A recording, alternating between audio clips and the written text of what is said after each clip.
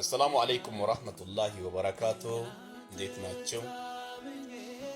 መጀመሪያ በደንብ ስማ፣ ሳትሰማ ሐሳብ አትስጥ። ሁለተኛ ዩቲዩቤን አብዶ ጃሮ የሚል ሄዳችሁ ሰብስክራይብ አርጉ። ለሌሎቹም አሁን የምላችሁን ሼር አርጉ ቅዱሳን። ሶስተኛ ጸልዩ። ዛሬ አንድ ሐሳብ አለኝ። ሐሳብም ደግሞ እንደ ጥያቄ ነገር ነው። ጂኒና ሸይጣን የተለያዩ ናቸው ትለማላችሁ። ጂኒና ሸይጣን የተለያዩ ናቸው ይላል። ቀደምት ነቢያት ከሙሐመድ በፊት የነበሩ ነቢያት ጂኒና ሸይጣን የተለያዩ ናቸው ብሎ አስተምሯል ወይ? ጥያቄ ስለሆነብኝ ነው።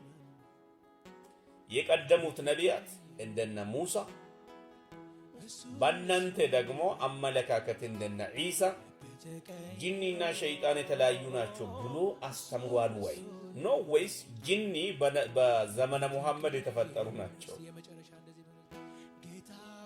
ለይታችሁ እንድትመልሱልን አደራ ይላችኋል።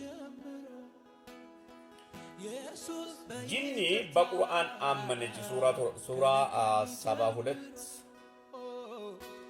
ቁጥር 3 እንደምታውቁት ቁል ዑህየ ኢለየ አነሁ እስተመዐ ነፈሩ ሚነል ጂኒ ፈቃሉ ኢና ሰሚዕና ቁርአነን አጀባ የህዲ ኢለ ሩሽዲ ፈአመና ቢሂ ወለን ኑሽሪከ ቢረቢና አሐዳ ወአነሁ ተዓላ ጀዱ ረበና መተከዘ ሳሂበተን ወላ ወለዳ። አንብቡት እናንተ ሄዳችሁ አሁን የጠቀስኩላችሁን ሱራ ጂኒ የጋኔን ምዕራፍን ሄዳችሁ አንብቡ። ሂዱና አንብቡ። እነዚህ በቁርአን ያመኑት ከሸይጣን ለየት ያደረጋቸው ምንድነው? በዘመነ ሙሐመድ ይሄ ነው የኔ ጥያቄ። በተውራት ዘመን ሙሴ ጂኒና ሸይጣን የተለያዩ ናቸው ብሎ አስተምሯል ወይ? በኢንጂል ዘመን ኢሳ ጂኒና ሸይጣን የተለያዩ ናቸው ብሎ አስተምሯል ወይ? በሱፎቹ ወይ ደግሞ በነቢያቶቹ ዘመን ነቢያቶቹ ከነቢያቶቹ አንዱ ጂኒና ሸይጣን የተለያዩ ናቸው ብሎ አስተምሯል ወይ? አስቡበትና መልሱልን። ቅዱሳን ሼር አድርጉ፣ ለኔ ጸልዩ፣ ከኔ ጋር ወንጌል ስሩ። አላህ ዘመናችሁን በረካ ያድርግ።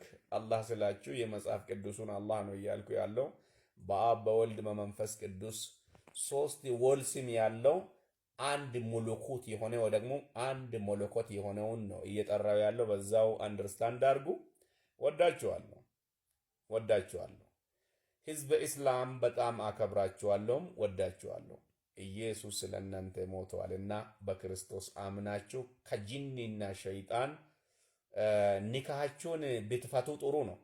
ኑ ከክርስቶስ ጋር ኒካሃችሁን ይሰሩ። ወሰላሙ አለይኩም ወራህመቱላሂ ወበረካቱ።